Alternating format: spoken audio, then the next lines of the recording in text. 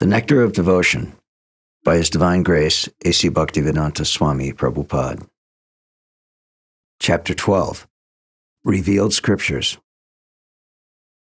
According to Srila Rupa Goswami, any book which gives enlightenment in the matter of advancing devotional service is considered to be revealed scripture.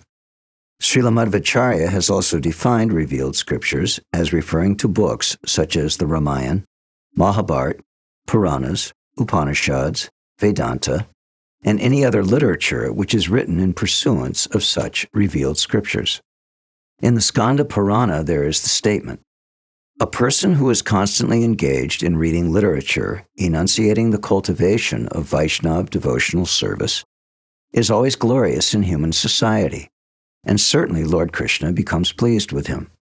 A person who very carefully keeps such literature at home and offers respectful obeisances to it becomes freed from all sinful reactions and ultimately becomes worshipable by the demigods."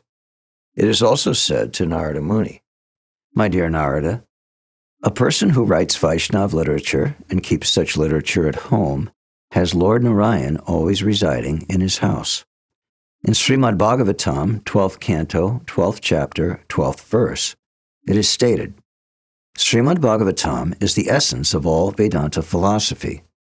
Any person who has become attached in some way or other to the reading of Srimad Bhagavatam cannot have any taste for reading any other literature. In other words, a person who has relished the transcendental bliss of Srimad Bhagavatam cannot be satisfied with mundane writings. In the Varaha Purāṇa, there is a statement praising the residential quarters of Mathura.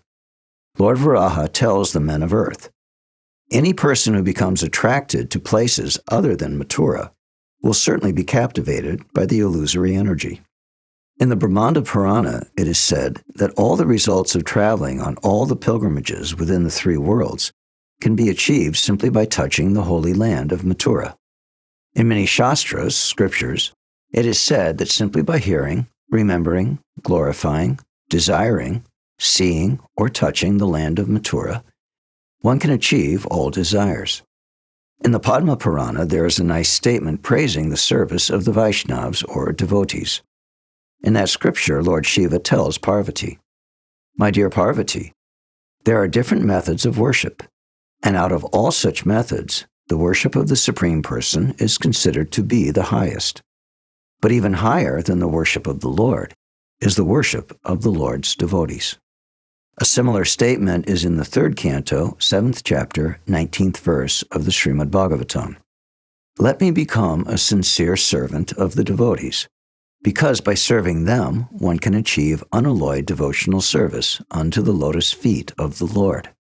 The service of devotees diminishes all miserable material conditions and develops within one a deep devotional love for the Supreme Personality of Godhead."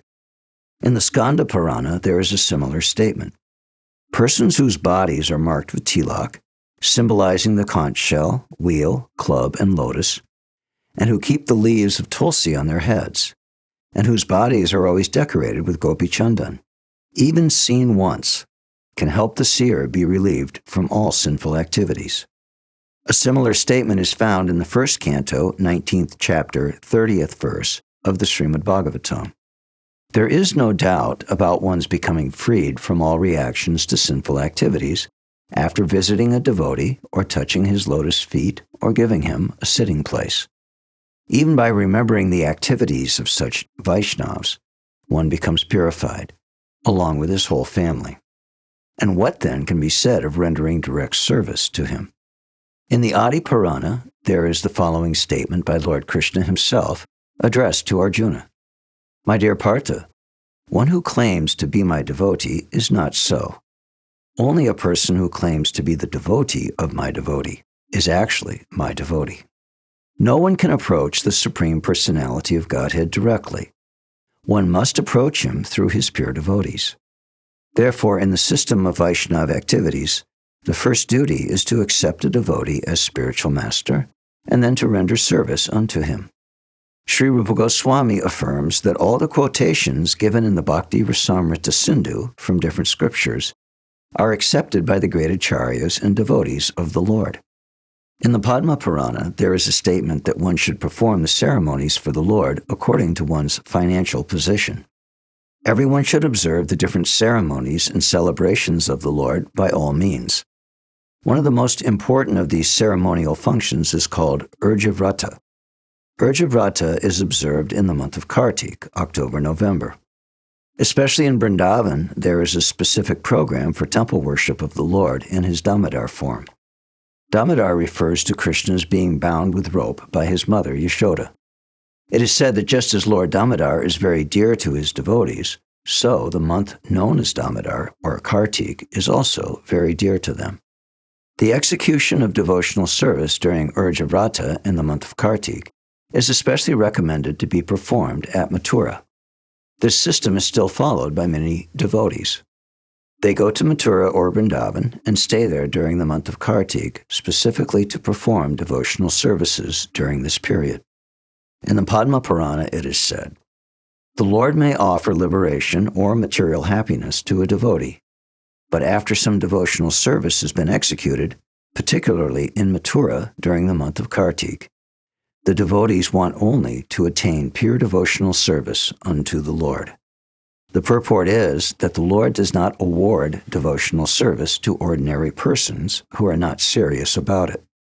But even such unserious persons who execute devotional service according to the regulative principles during the month of Kartik and within the jurisdiction of Mathura in India are very easily awarded the Lord's personal service. In the Bhavishya Purāṇa, there is a statement about observing different ceremonies celebrating the Lord's appearance, birthday, and other transcendental activities. It is said, "My Lord Janardhan, Krishna, please let us know the date when your mother Devaki Devi gave birth to you. If you kindly inform us about this, then we shall observe a great celebration on this date. O Killer of Keshi, we are souls 100% surrendered unto your lotus feet, and we wish only to please you with our ceremonies." This statement of the Bhavishya Purāṇa gives evidence that by observing different functions in relationship with the Lord, one is sure to become pleasing to the Lord. It is said in the Adi Purāṇa, "A person who is constantly engaged in chanting the holy name and who feels transcendental pleasure, being engaged in devotional service, is certainly awarded the facilities of devotional service and is never given just mukti or liberation." Mukti means liberation from material contamination. When liberated, one does not have to take birth again in the material world. The impersonalists desire to merge into the spiritual existence, to end their individual existence. But according to Srimad Bhagavatam, mukti is only the beginning of one's becoming situated in his normal condition. The normal condition of every living entity is to be engaged in the devotional service of the Lord. From the statement of the Adi Purāṇa, it appears that a devotee is satisfied simply with being engaged in devotional service. He does not aspire for any liberation from material conditional life. In other words, anyone who is engaged in devotional service is not in the material condition of life, although he may appear so. Srimad Bhagavatam is the desire tree of Vedic wisdom. Veda itself means the aggregate of knowledge. And whatever knowledge is required for human society is perfectly presented in the Srimad Bhagavatam. There are different branches of knowledge in the Vedic writings, including sociology, politics, medicine, and military art. All these and other branches of knowledge are perfectly described in the Vedas. So as far as spiritual knowledge is concerned, that is also perfectly described there. And Srimad Bhagavatam is considered to be the ripened fruit of this desire-fulfilling tree of the Vedas. A tree is honored by the production of its fruit.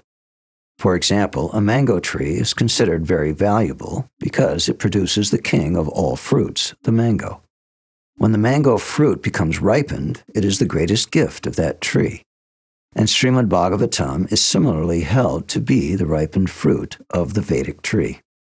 And as ripened fruit becomes more relishable when first touched by the beak of a parrot, or shuka, so Srimad Bhagavatam has become more relishable by being delivered through the transcendental mouth of Shukadeva Goswami. Srimad Bhagavatam should be received in disciplic succession without any breakage. When a ripened fruit comes from the upper part of the tree onto the ground by the process of being handed down from a higher branch to a lower branch by persons in the tree, the fruit does not break. Srimad Bhagavatam, when received in the Parampara system or disciplic succession, will likewise remain unbroken. It is stated in the Bhagavad-gita that the disciplic succession or Parampara is the way of receiving transcendental knowledge. Such knowledge must come down through the disciplic succession, through authorized persons who know the real purpose of the Shastra. Sri Chaitanya Mahaprabhu recommended that one learn Srimad Bhagavatam from the mouth of a self-realized person called Bhagavatam. Bhagavat means in relationship with the personality of Godhead, Bhagavan. So the devotee is sometimes called Bhagavatam, and the book, which is in relationship with devotional service to the Supreme Personality of Godhead, is also called Bhagavatam. Sri Chaitanya Mahaprabhu recommended that in order to relish the real taste of Srimad Bhagavatam, one should take instruction from the person Bhagavatam. Srimad Bhagavatam is relishable even by a liberated person. It was admitted by Shukadeva Goswami that although he was liberated from within the very womb of his mother, it was only after relishing Srimad Bhagavatam that he became a great devotee. Thus, one who is desirous of advancing in Krishna consciousness should relish the purport of Srimad Bhagavatam through the discussions of authorized devotees. In the Srimad Bhagavatam, 2nd Canto, 1st Chapter, 9th Verse, Shukadeva Goswami admits that although he was very much attracted by the impersonal Brahman, when he heard the transcendental pastimes of the Supreme Personality of Godhead from the mouth of his father, Vyasadeva, he became more attracted to Srimad Bhagavatam. The idea is that Vyasadeva was also a self-realized soul, and his mature contribution of transcendental knowledge was delivered directly to Shukadeva Goswami in the manner indicated. The importance of discussing Srimad Bhagavatam in the society of pure devotees is explained by Shanaka Muni during the meeting at Naimisharanya in the presence of Sutta Goswami. Sutta Goswami confirmed that if someone is fortunate enough to associate with a pure devotee of the Lord, even for a moment, that particular moment is so valuable that even those pious activities which can promote one to the heavenly planets or give liberation from material miseries cannot compare with it. In other words, those who are attached to Srimad Bhagavatam do not care for any kind of benefit derived from elevation to the higher planetary kingdoms or for the liberation which is conceived of by the impersonalists. As such, the association of pure devotees is so transcendentally valuable that no kind of material happiness can compare with it. In the Hari Bhakti Sudodaya, there is a conversation between Prahlad Maharaj and his father, Hiranyakashipu, in which Hiranyakashipu addresses Prahlad in this way: "My dear son, association is very important. It acts just like a crystal stone, which will reflect anything which is put before it. Similarly, if we associate with the flower-like devotees of the Lord, and if our hearts are crystal clear, then certainly the same action will be there." Another example given in this connection is that if a man is potent and if a woman is not diseased, then by their conjugation there will be conception. In the same way, if the recipient of spiritual knowledge and the deliverer of spiritual knowledge are sincere and bona fide, there will be good results.